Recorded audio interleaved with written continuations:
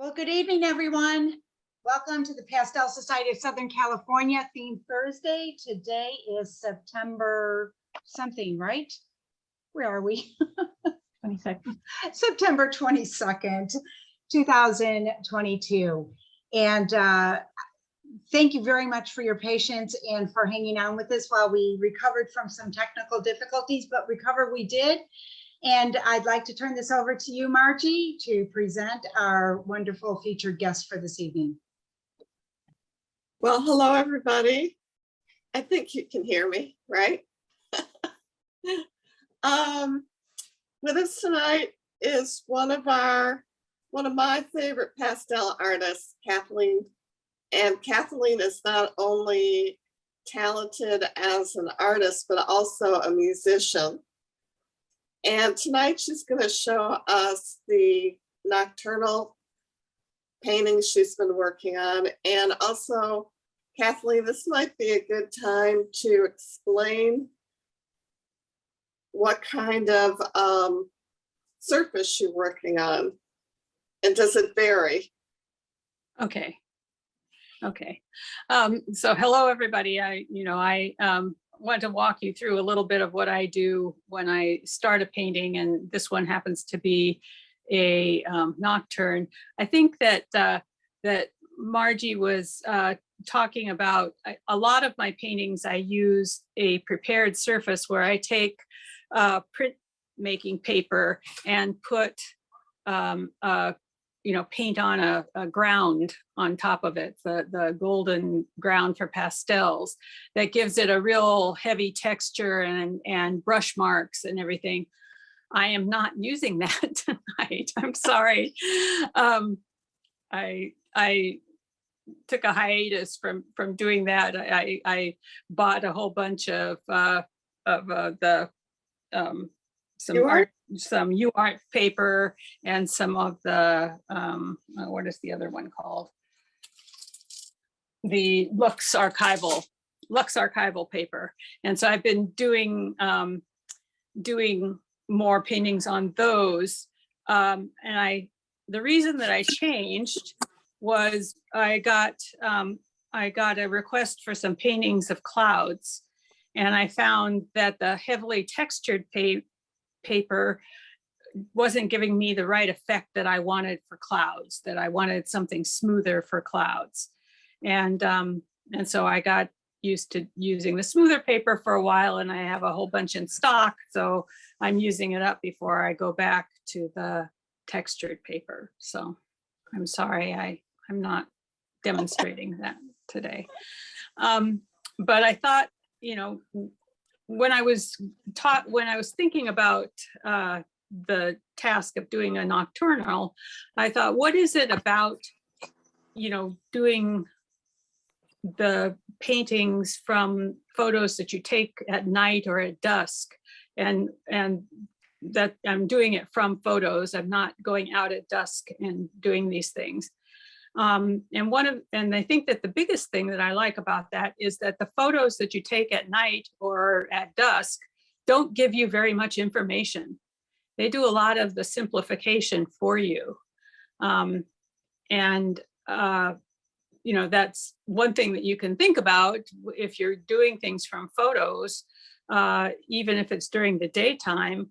You can take it into Photoshop or whatever photo program you use on your phone, and turn the exposure way down, and it'll blend a lot of things together, and you can just get shapes from that. You can start out with just basic shapes and low and the contrast, things that are really bright will be bright, and things that are dark will be dark, and we'll just eliminate a lot of the detail and maybe help you. But I wanted to show you the photo that I started with, and I'm going to try this. I practiced with it before and it worked, so let me try this again.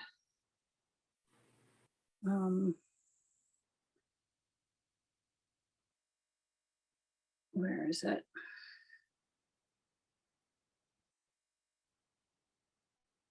Okay.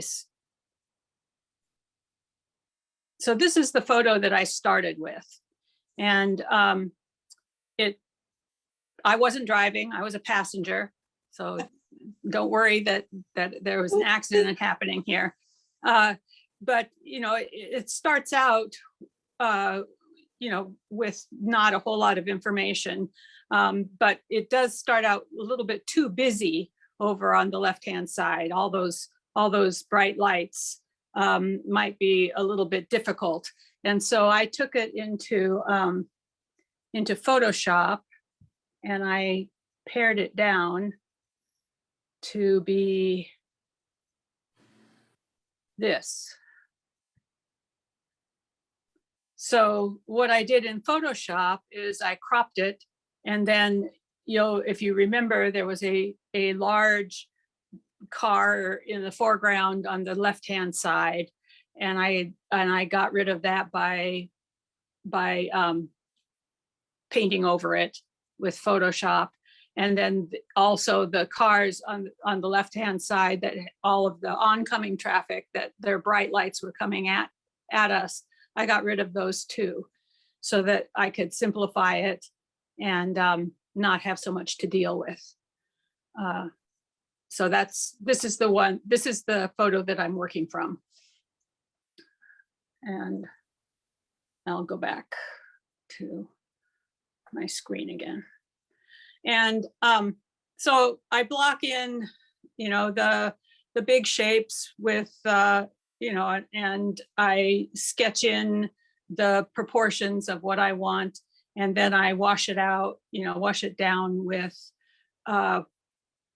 some different values. Now, because it's a nocturne, the values are all very close.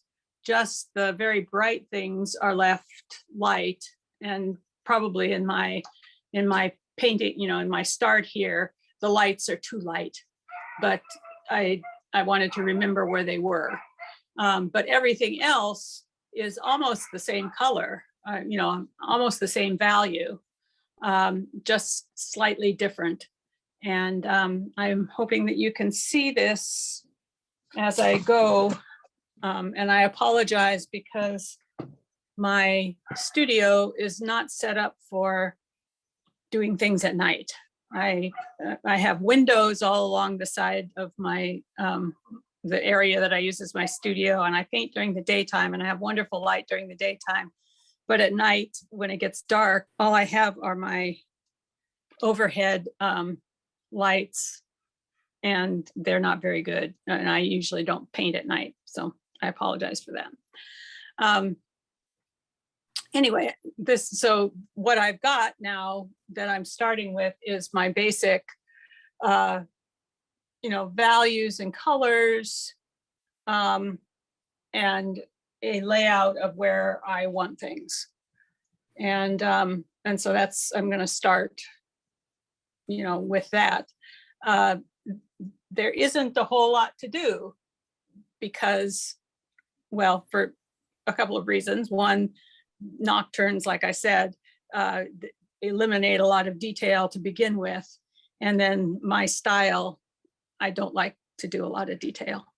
So the shapes in the background and the foreground are going to stay pretty much what they are.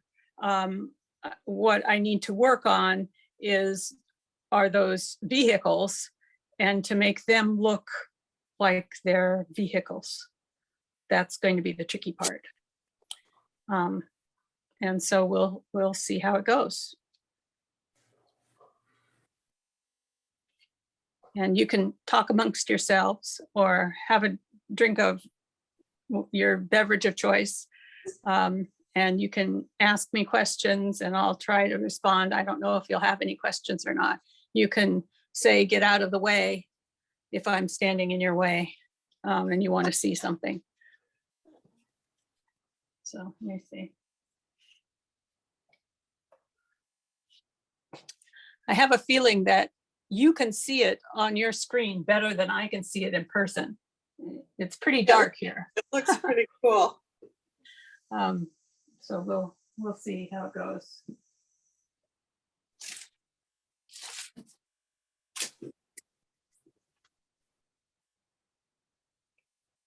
I think that the first thing that I'm going to do is see if I can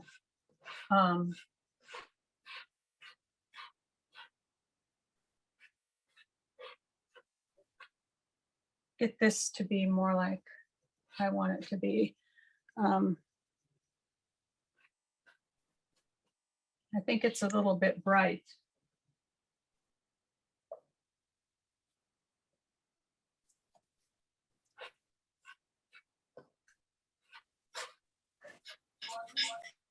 And what I'm using now are some Holbein pastels. And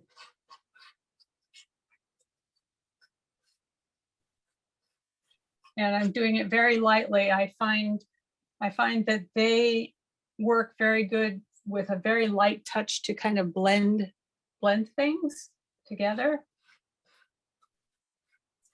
Kathleen, when you do your initial sketch, what do you usually sketch with? A pencil or a pastel pencil, or? I usually sketch with one of these Holbein pastels. Okay, thank you. Sometimes I'll use a juried pastel to sketch with.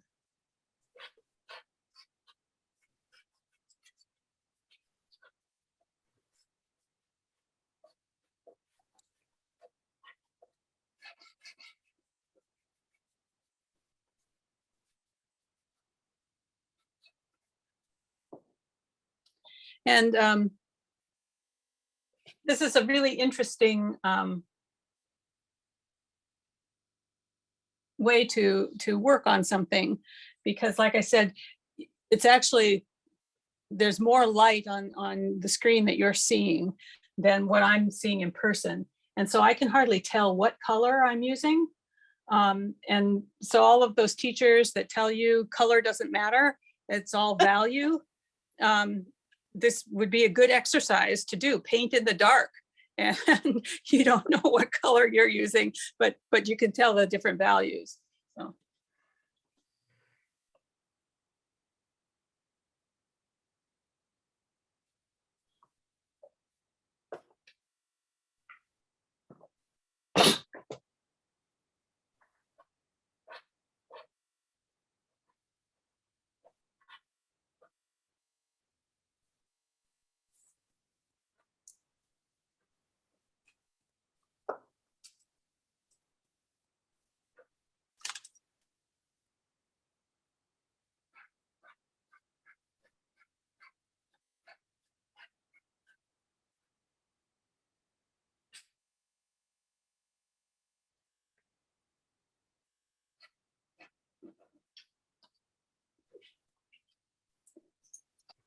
Now,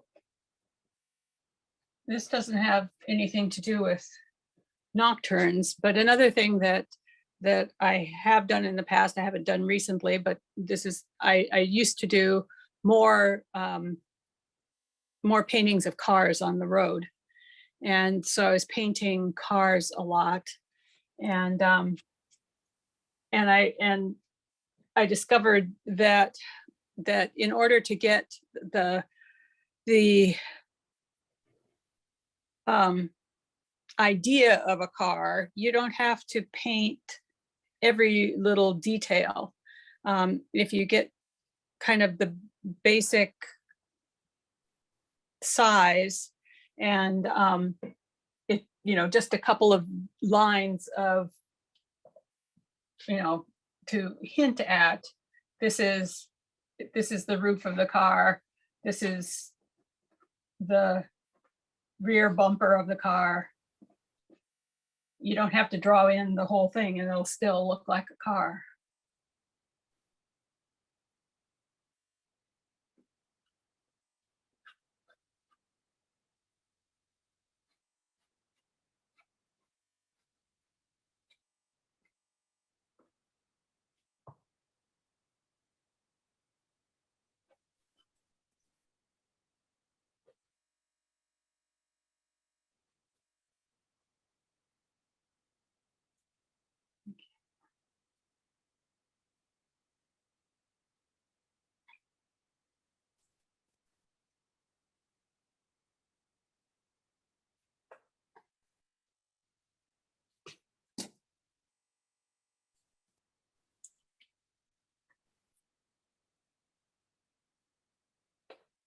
the other thing that happened today is my printer won't print. Or at least my color printer won't print. And so usually I work using my iPad as my screen, you know, for my reference photo. And but I can't do that tonight because it's functioning as my webcam. And I couldn't print out a color photo either.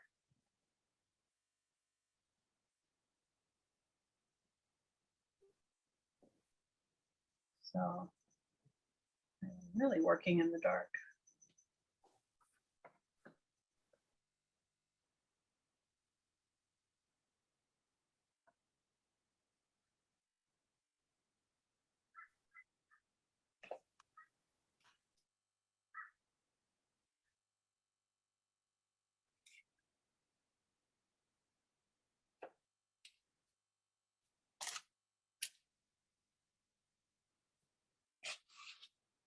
Did you put in a dark green there, or is that a more of a black tone? Where initially when I went, Right above the trucks. that was a dark green. for me. Okay. I thought. you So, probably- so dark. I used a almost black for the road. And then I used a very dark green because these are trees along here. Yeah, that looks great. And then a dark yellow, you know, Mhm. yellowish green for this near hill. And then a purplish for the mountains. And I'm gonna go over that a little bit.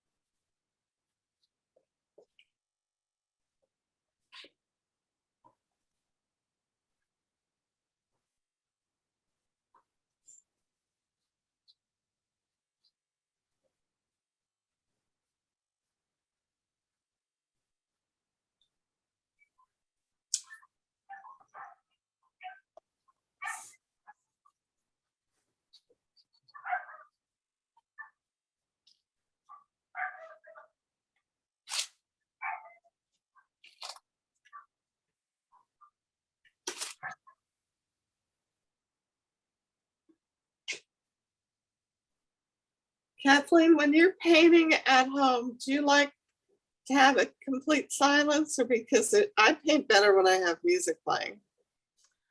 Or does it just depend on your mood? It depends on my mood, and generally I don't have music playing. Okay.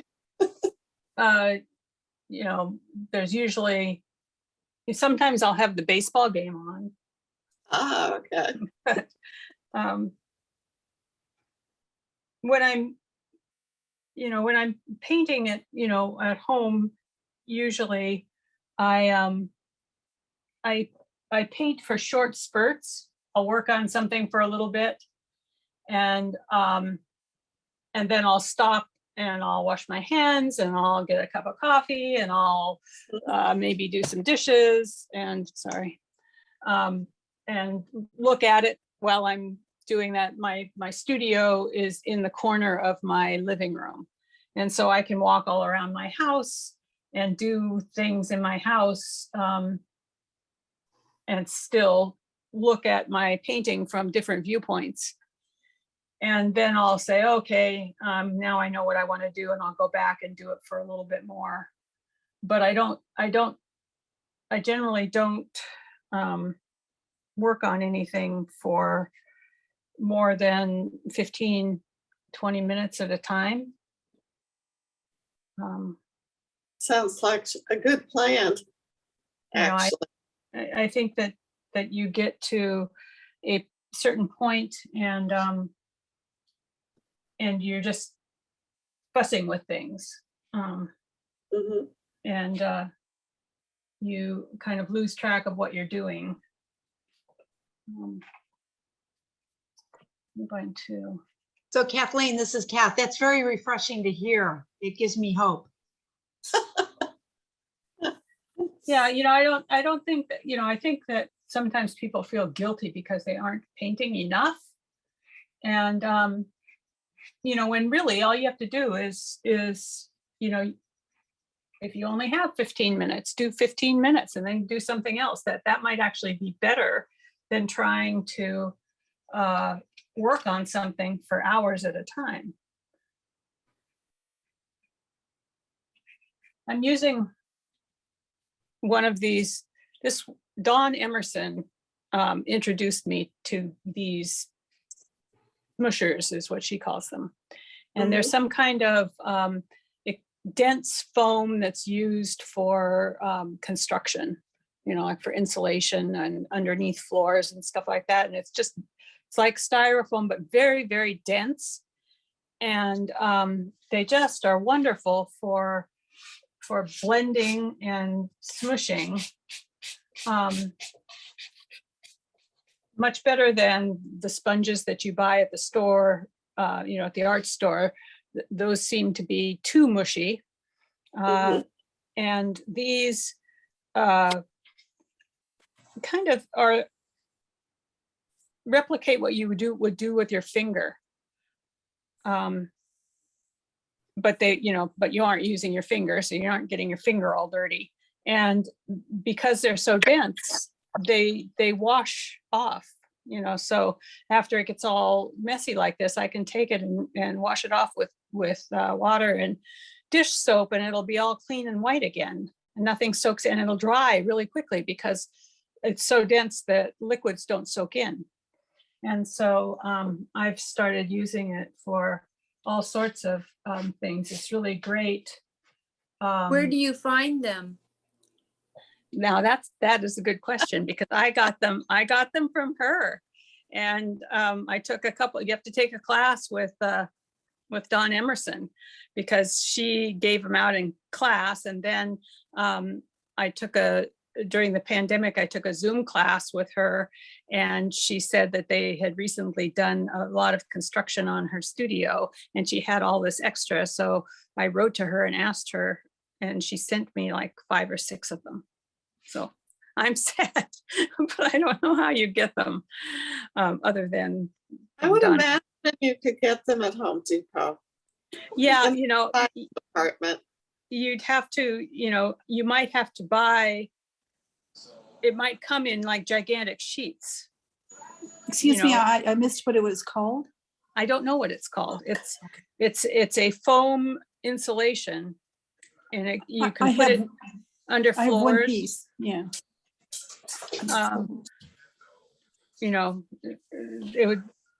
You can write to Dawn Emerson and ask her what it's called.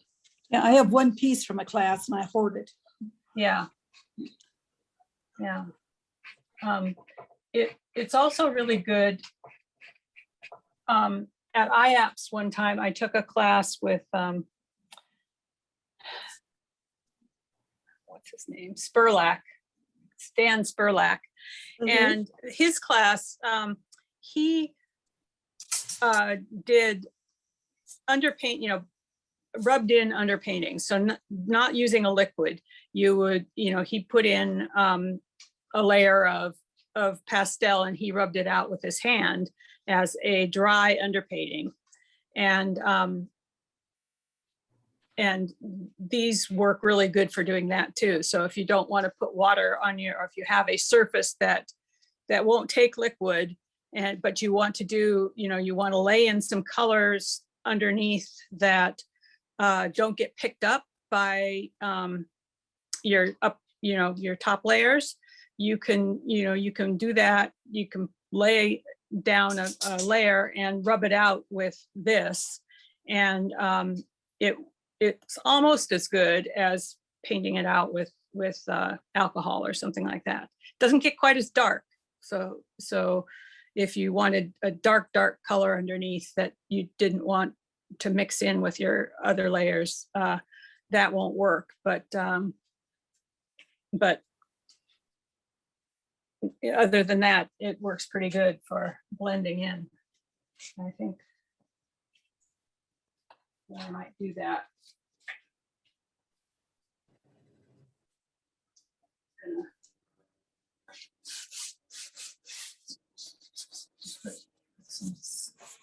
Some more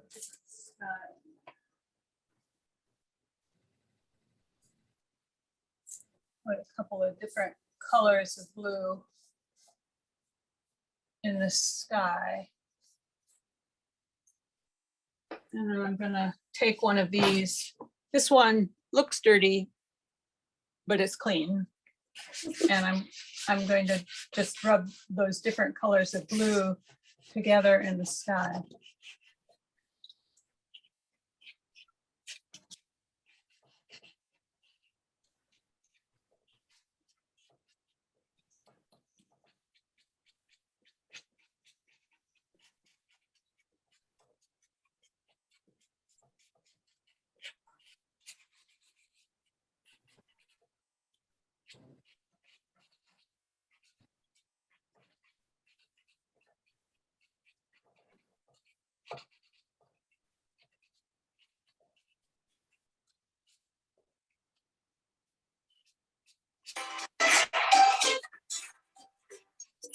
Sorry.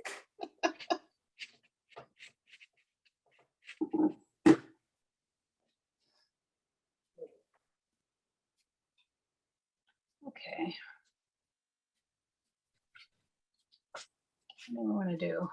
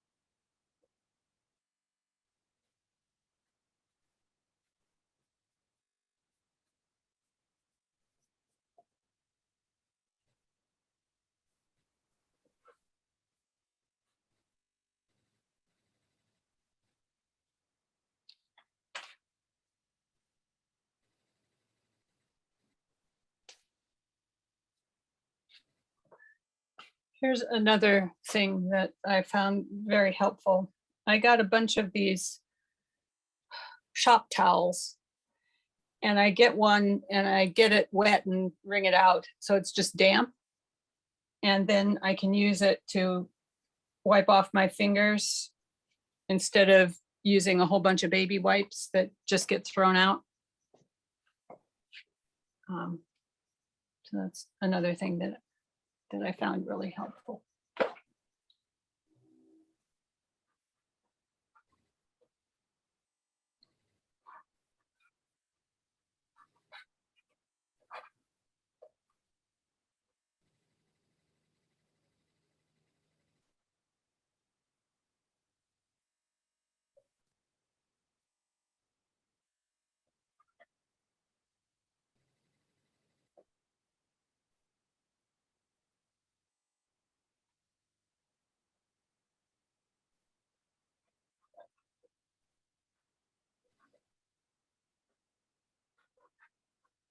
Kathleen, would you remind me where you said this photo was taken at? I didn't say where it was taken at. Oh. It was on the way home from Palm Springs. Gotcha. Okay, thank you.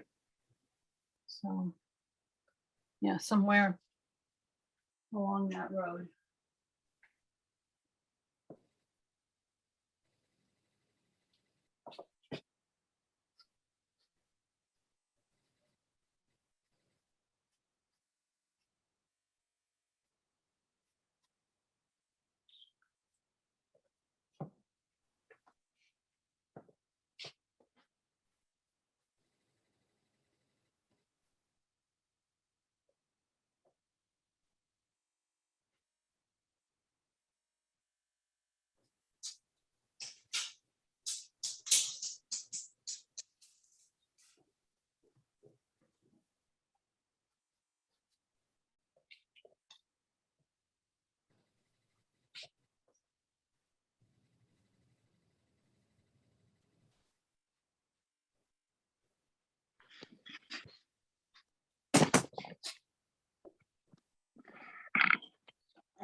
Keep bumping into that.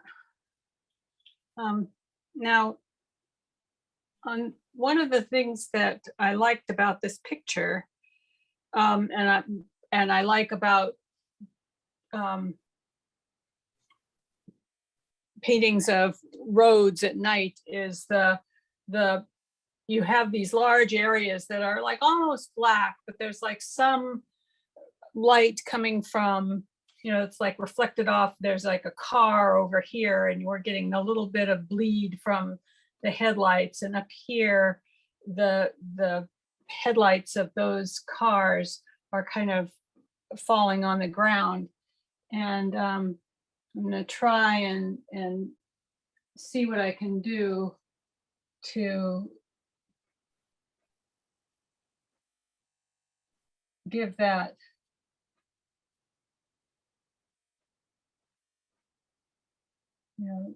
and that's actually what's defining those trucks, is some light that's coming from the headlights of those cars.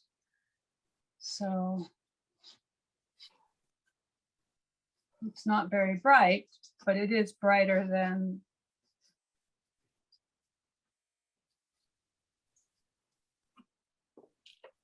whatever else is around it.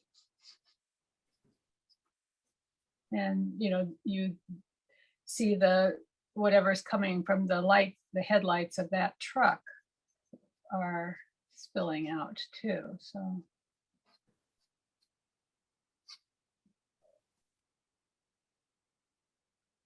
down here, it's probably too much, but that's where I'll take one of these smushers and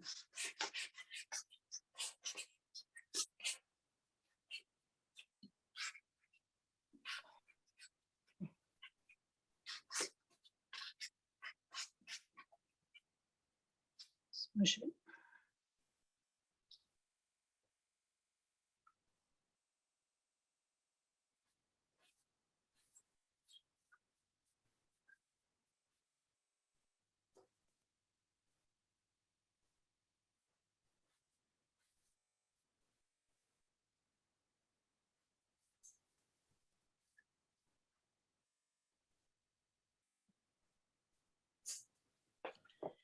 And in this particular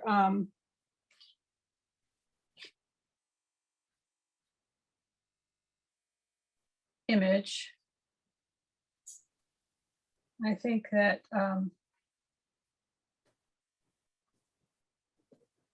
one of the things that really makes it work are the lines in the road. And if I can get those in correctly, then it will really help pull the whole thing together. Now, of course, I can't draw a straight line.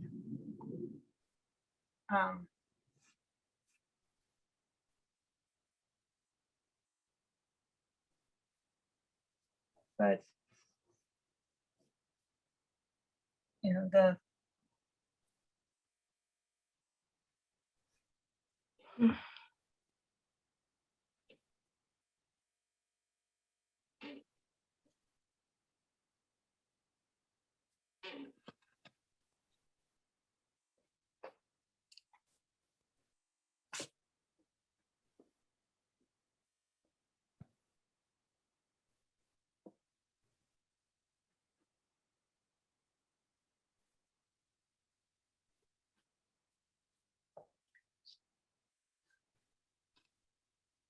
it's almost Yeah. what, you know, but you know, it's like getting that curve Mm-hmm. correct. And this line correct, and the way that it's brighter here and kind of gets darker.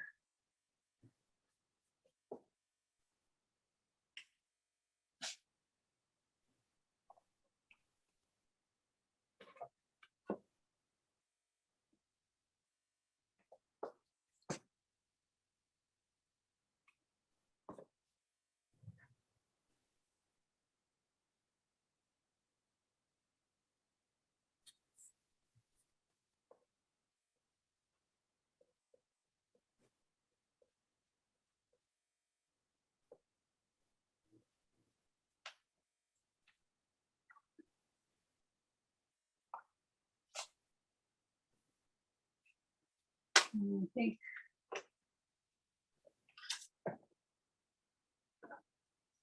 that these lights have to be brighter.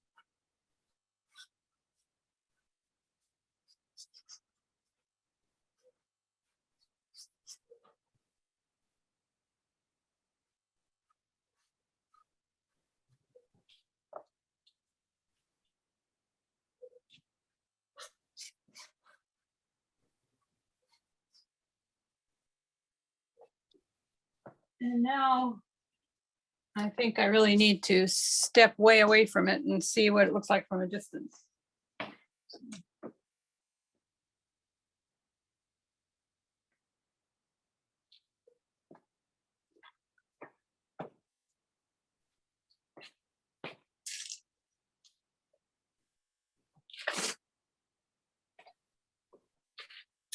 These tail lights, I think, could be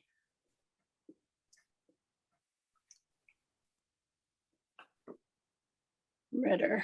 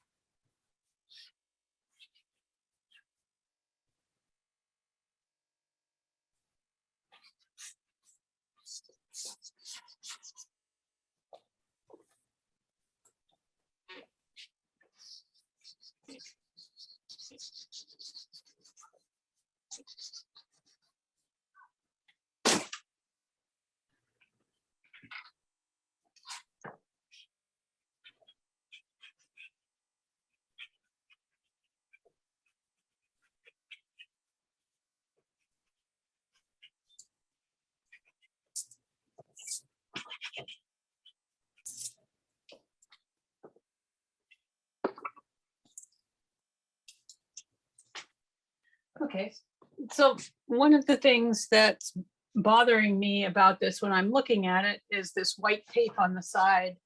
And I'm seeing these things, I'm thinking, what is that? So I'm gonna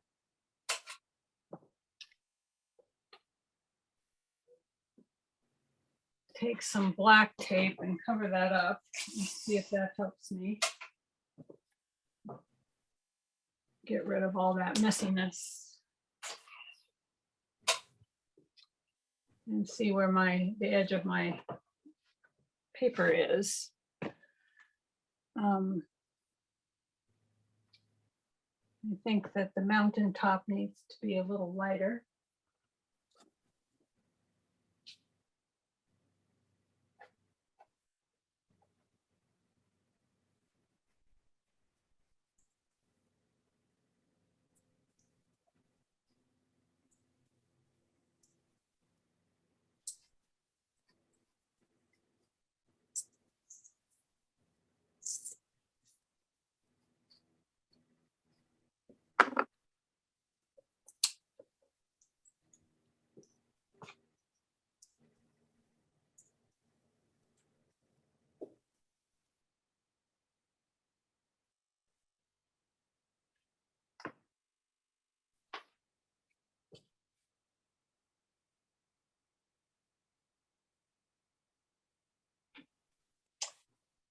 Well,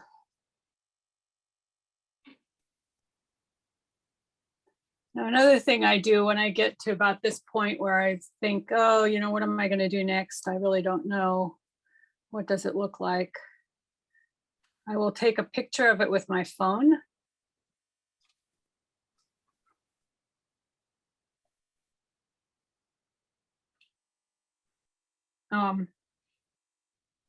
You know, all of these tools that we have are at our disposal these days, phones and Photoshop and stuff. You know, it's like I started out thinking, oh, it's cheating to do these things, but then I thought, well, you know, you use what you have, and if we have it, why not use it? And looking at images on your phone, it can help you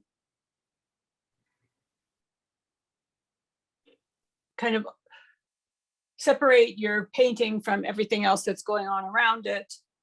Phone, the photographs are not absolutely accurate in color, and they will do things like make the contrast, make it more contrasty than it actually is. But all of those things can help you identify problem areas, where something isn't quite working the way that you thought it would, or a shape is like the wrong shape. Like right now, I'm looking at it on my phone, and this here is really kind of uninteresting.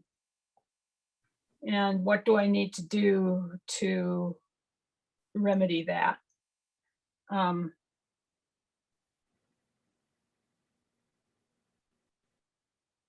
I can, get rid of this harsh line here. I can blend it away, make it darker. We aren't seeing what exactly is back there. Who cares what it is? We can kind of get rid of it, and that might be more interesting than just having that line coming down. I can look at my original picture, which unfortunately I can't show you so much, and see what's happening in my original picture. And in the original picture, I don't know if you can see that. Doesn't really show.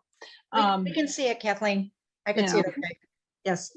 In the original picture, it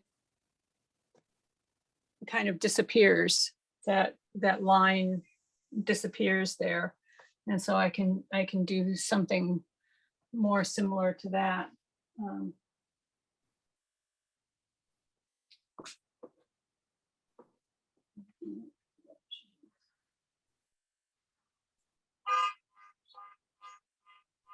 Darker color.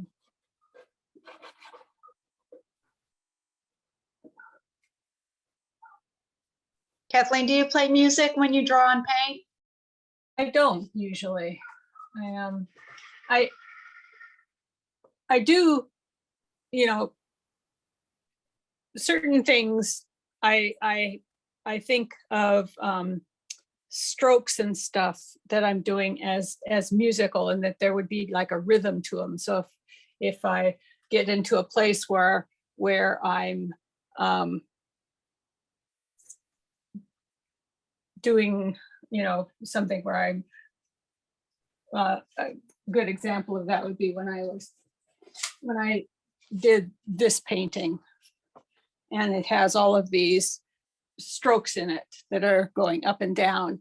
I would get into a rhythm, and in my head, I would be singing a rhythm to that, not any particular song, but just that there's a musical rhythm to certain lines, and I feel that's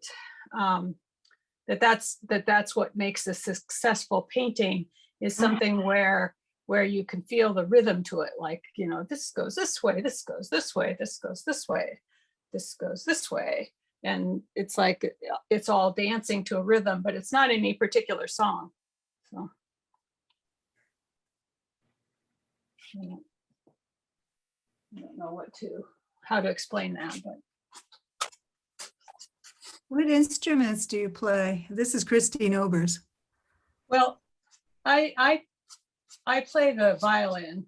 Oh, wow. However, I haven't really played the violin in a long time.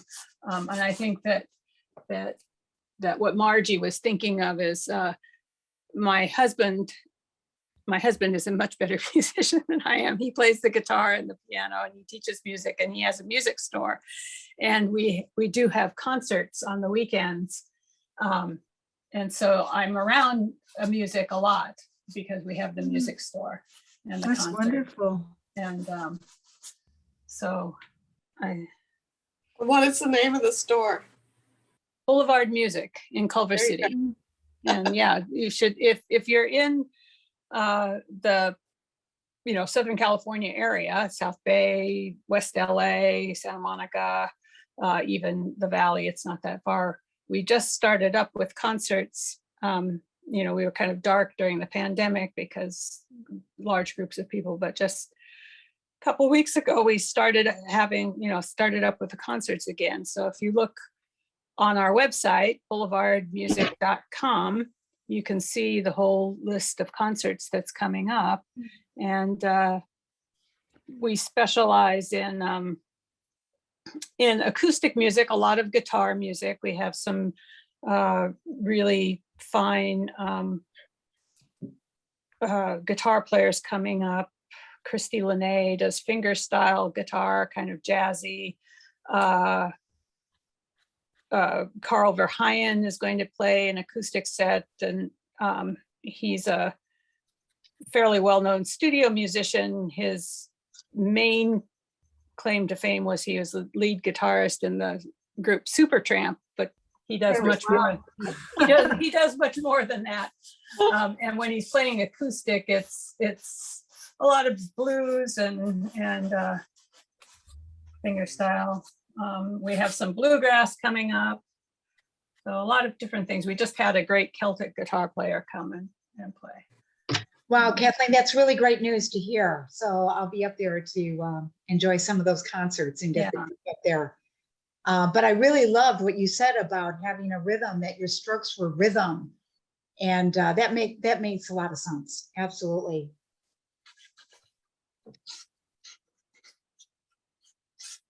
Yeah, which is maybe why I don't play music when I'm painting, because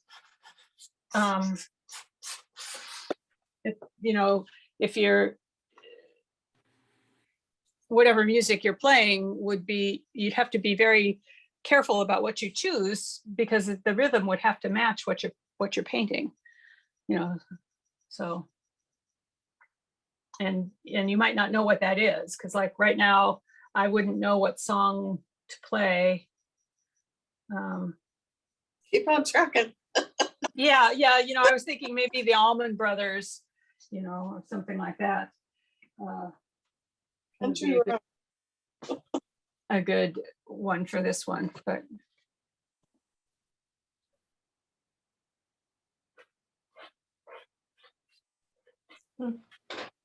It will be really interesting to see this in the daylight and see what colors I have chosen to put in here, because I can't tell in the lighting in my studio what colors I've actually put on here.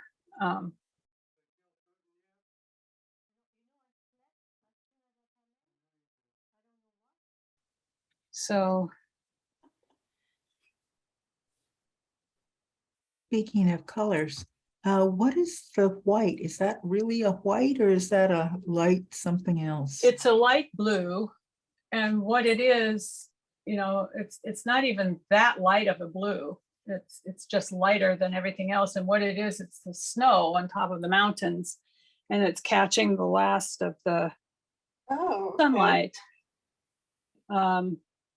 Obviously, that's not coming across.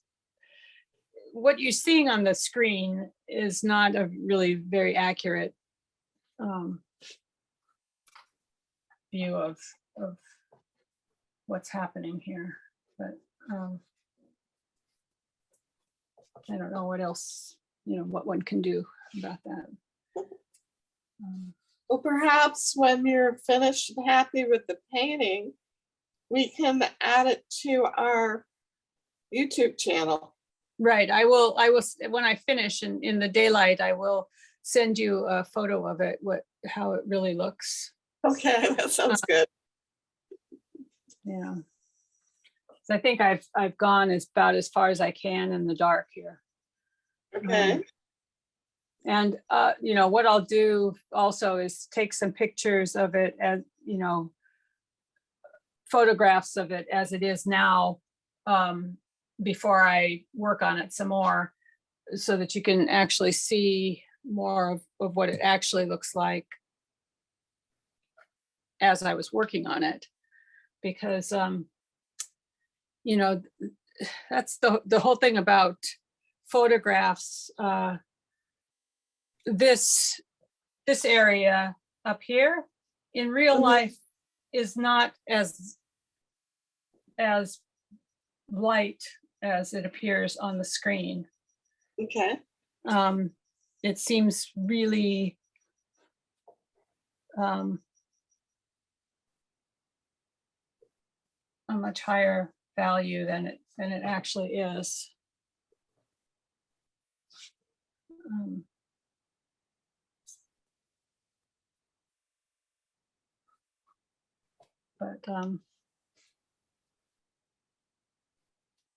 And these shapes are actually more well-defined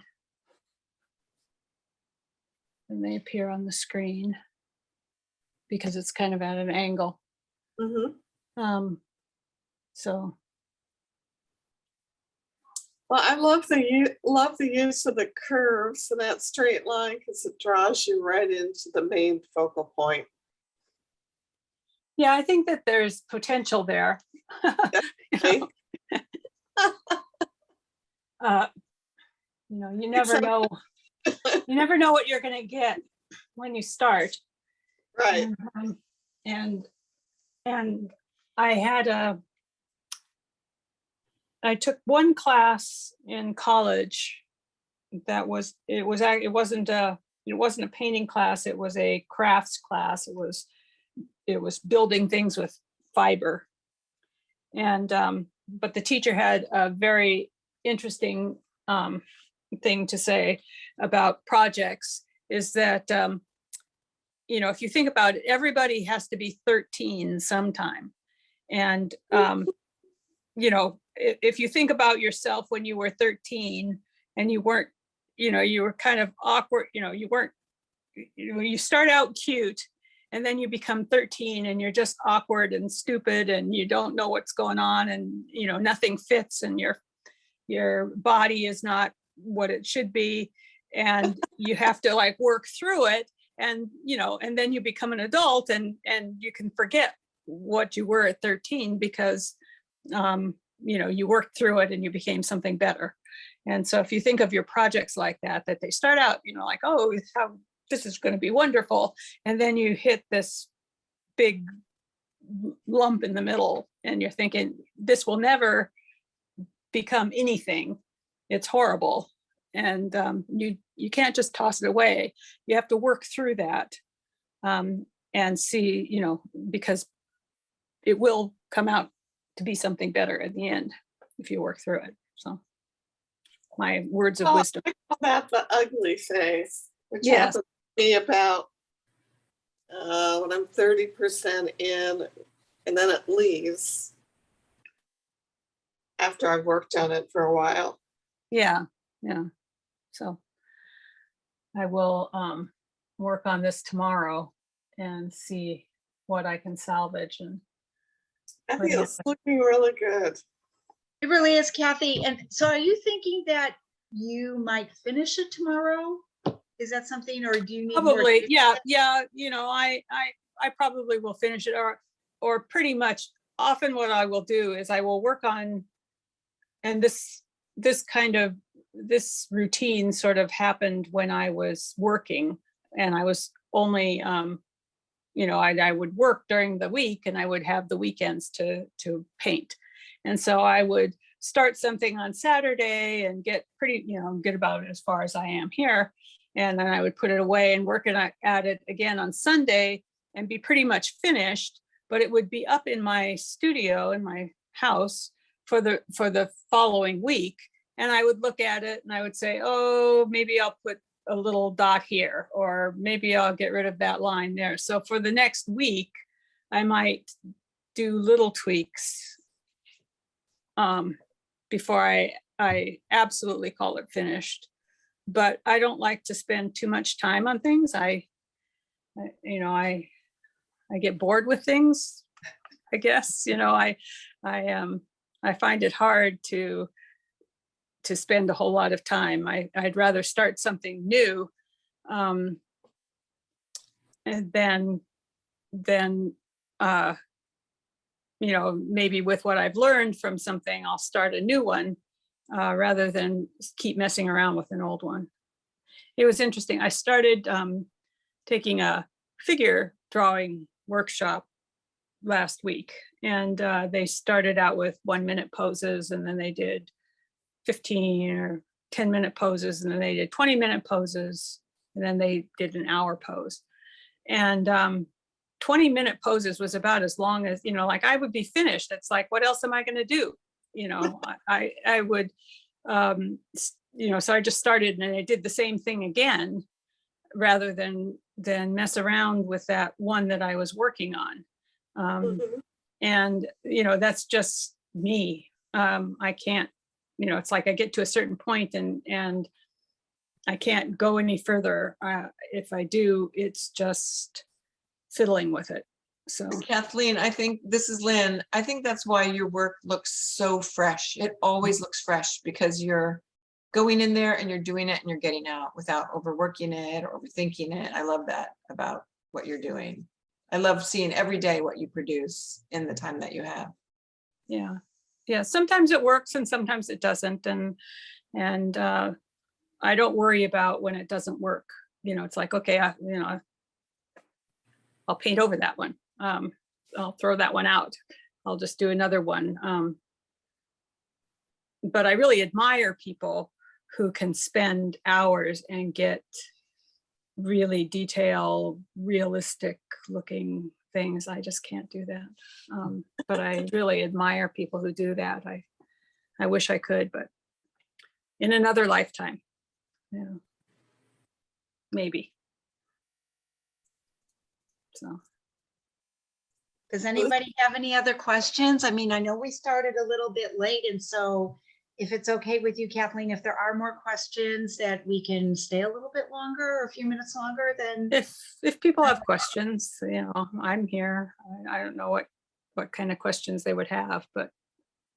Well, I wanted to know when you decided to go into, sorry. Hi. Anyhow, I wanted to ask you when you decided to make art a major part of your journey. Was it in college? Was it earlier when you were in elementary school? Does that make sense? Yeah. When I was growing up, my older sister was the artist, you know, so okay. she did the art, and I was the good student, you know, so I got A's and she did art. And you know, and then in college, well, like right after college, I thought, well, you know, I could do this. Why not? And so I took a couple of classes. After I graduated from college, I took a couple of, you know, a handful of painting classes, you know, life drawing classes, whatever. But then I started working and I got, you know, I had a family that all got in the way, and it was like there was no time for doing any kind of artwork. So once my son grew up and went to college and went away, I thought, gee, you know, I'm going to do this. Why not? I have all this extra time now. I've always wanted to do it. I'm just going to do it. And I started out with mosaics because I really like mosaics. I love mosaics too. But, you know, once again, mosaics and I don't really get along very well because you have to spend a lot of time with them. Yes. You know, it's like you know, they're very labor intensive, and you have this idea in the beginning and it might take months before you get the finished product, and you don't know if it works until you get the finished product. And you know, and then a friend of mine asked me to go with her to convention that they were having in Pasadena where they had a bunch of different classes that you could take. And I took a class, I thought, okay, well, this is fun. What will I take? And there was a pastel class and I took that one and I just fell in love with pastels. I thought this is something, that I can do quickly. I can get something done and I can finish it. And they're easy to clean up. They don't require, all you need is a piece of paper. Right. And it just suited my style. So that was about 10 years ago. And so I was still working. But it was something, I could finish a painting in a weekend. And, that's sort of, what I set myself a goal that I would finish things. I didn't want any more unfinished projects. And that if I could finish it in a weekend and I would do a painting a week, so I set myself that goal that I would do a painting a week. And I did. And, now I'm retired, so I have more time to do it. I can do more than one painting in a week, but I still, I don't always do more than one painting a week, but I still want to do at least a painting a week. So. Great. Does anybody else have any questions?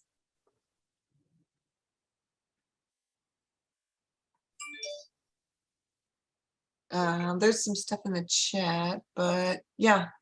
Thank you, Kathleen, for sharing your process. You're an inspiration. I hope you got something from it. I'm not a very good teacher. That's the way it is. Oh. Thank you so Actually, much. Kathleen, a critique of you is that this was very inspirational. You imparted a lot of knowledge. And I don't know that you know how many people you've actually touched with sharing your time with us tonight. And I'm very grateful that you did, because I got a lot out of being able to sit here and observe and have you talk through your process. It was absolutely wonderful. So thank you very much. You're welcome. Thank you, Kathleen. It was Thank great. you. Thank you. Really Yes. great. Thank you, Kathleen. I really Yeah. enjoyed it. Thank you. Thank you Kathleen. very Great. much. Wonderful to hear your journey and see the fresh work that you do, and you keep winning awards, and just, you don't make things precious, you just move on. And I love that about your work. So thank you for inspiring us. Okay. Well, thank you. Can I just give a quick plug to Boulevard Music? Kathleen Sure. was a little bit humble on that maybe, but boy, they have had just top flight musicians. You may not have heard of them, but you probably heard of some of the groups. And a guy named Lawrence Juber comes in. He played lead guitar for Paul McCartney and Wings, who you might have heard of. And boy, he is just exceptional on solo acoustic guitar. They've also had, excuse me, Pat Donahue, Pat Kirtley. Pat Kirtley plays Celtic guitar and many different kinds. Pat Donahue was the band leader, Prairie Home Companion, and you've seen Del Rey, who plays blues with a resonator guitar. All world-class musicians. Muriel Anderson, many of these players won the Winfield fingerstyle contest, with just features the absolute best. But anyway, it's a great place to go. It's a small venue and it's very homey, and they make wonderful cookies, by the way. Well, But we haven't, since the pandemic, I haven't been putting out the cookies. Maybe I should start that up since we're working our way out of the pandemic. Maybe we can have food that you can grab and share with, your germs with other people. Speaking but of, anyway, I wanted just to thank you too for doing such a great job tonight, and kind of rescuing the whole program there when things were a little wonky with the computers at first, but it came out wonderfully. oh, well, thank you. You mentioned Lawrence Juber, and he Yes. is coming up. He's going to be there sometime in October. I can't remember the date. So He'll So amaze you. Lawrence Stuber is, yeah, he's a fantastic guitar player. Bob, were you able to come and see Tony McManus? No, I didn't. We had something lined up that night, Oh. unfortunately. But I've seen him at your place before and he is exceptional. Did Yeah. you happen to see him during the day, by the way? I did, yes. Yeah, that was very nice to have him. My son got married on Saturday and Tony McManus played the guitar, while people were being seated at the wedding. Congratulations. So exciting. Yeah. Wow, congrats. Thanks. So nice. Do you, let's see, do we want to talk about the next theme Thursday really quickly? Margie, Yeah, do you? Margie, what do we have? We have Mary Aslin Yay. to do Whoa. the picture in the landscape. Okay, so that's the second Thursday in October, correct? Right, and We'll go then on you second and can fourth. line somebody up for me for Halloween. Do you remember, Lynn? I've got my list. Hold on, you sent me a list, so let me check that out really quickly. Well, So I that thought- will be October 13th will be our next theme Thursday with Mary Aslin. So that. Yeah, and then we'll. we'll announce the 27th after that. Yeah, Very good. good. don't And then we'll forget- see you guys all at the meeting on Saturday. We have a terrific Great meeting. one. Kathleen, if you feel or care to share your painting on Saturday, that would be absolutely wonderful. Yeah. It would just give, inspiration to people about how nice it is to be able to see something in process, and then you may or may not be done with it, or if you care to do it at this next meeting, but. we'd love to be That'll able to see it. that'll give me a goal to read it and finish it, right?